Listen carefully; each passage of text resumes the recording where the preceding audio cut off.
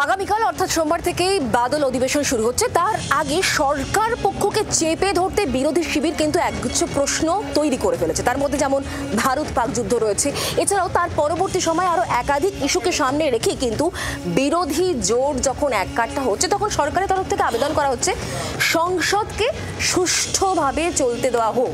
কিন্তু বড় প্রশ্ন এটাই, এবার কি এই বিরোধী জোটকে একেবারে একসঙ্গে দেখা যাবে? কেন বলছি? কারণ রাহুল গান্ধী যে বক্তব্য পেশ করছেন তাতে জাতীয় রাজনীতিতে কিন্তু জল্পনা তুঙ্গে। এক মাসের দক্ষ যজ্ঞের প্রস্তুতি, কেন্দ্রের কাছে কি কি প্রশ্নের জবাব চাওয়া হবে তারই প্রস্তুতি বৈঠক ইন্ডিয়া শিবিরের। তার আগেই কার্যত ঝড় তোলার প্রস্তুতি শুরু করে দিয়েছে বিরোধী জোট। সূত্রের খবর, আসন্ন অধিবেশনে মূলত 5 বিষয়ে কেন্দ্রকে চেপে ধরতে চাইছে বিরোধীরা। পেহেলগাঁও হামলায় গোয়েন্দা ব্যর্থতা, যুদ্ধবিরতি নিয়ে ট্রাম্পের দাবি, কেন্দ্রের কূটনৈতিক ব্যর্থতা, ভোটার তালিকায় নিবিড় সংশোধন, একাধিক রাজ্যে মহিলা দলিতদের ওপর আক্রমণের অভিযোগ। শনিবার রাতে ভার্চুয়াল বৈঠকে হাজির ছিলেন ইন্ডিয়া ব্লকের 24 দলের শীর্ষ নেতৃত্ব। ছিলেন অভিষেক বন্দ্যোপাধ্যায়, সোনিয়া, রাহুল গান্ধী, মল্লিকার্জুন খার্গে, শরদ পাওয়ার, হেমন্ত সোরেন, অমর আবদুল্লাহ, তেজস্বী যাদব, এম.এ. বেবি সহ বাম এবং শরিক দলের শীর্ষ নেতৃত্ব।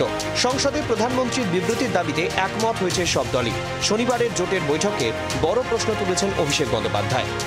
বিদেশে প্রতিনিধি দল পাঠিয়ে কি লাভ হয়েছে? কটা দেশ ভারতের পক্ষ নিয়েছে? কোনো দেশ পাকিস্তানের নাম করে তো সমালোচনাও করেনি। কেন্দ্রের বিরুদ্ধে এ নিয়ে সরব হন অভিষেক।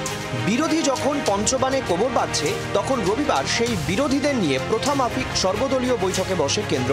कुछ महीनों के महत्वपूर्ण और दुर्भाग्यपूर्ण हादसों और घटनाओं के पश्चात हम इस मॉनसून सत्र में सदन के द्वारा देश को संबोधित करने का अवसर हमें मिलेगा और सरकार से अहम सवालों का जवाब सुनने को मिलेगा। पॉइंट्स नोट किए हैं और हमने ये रिक्वेस्ट किया है कि सदन अच्छा से चले, इसके लिए पक्ष और विपक्ष मिल कर के हमको काम करना होगा, आपस में कोऑर्डिनेशन अच्छी तरह से रखना होगा।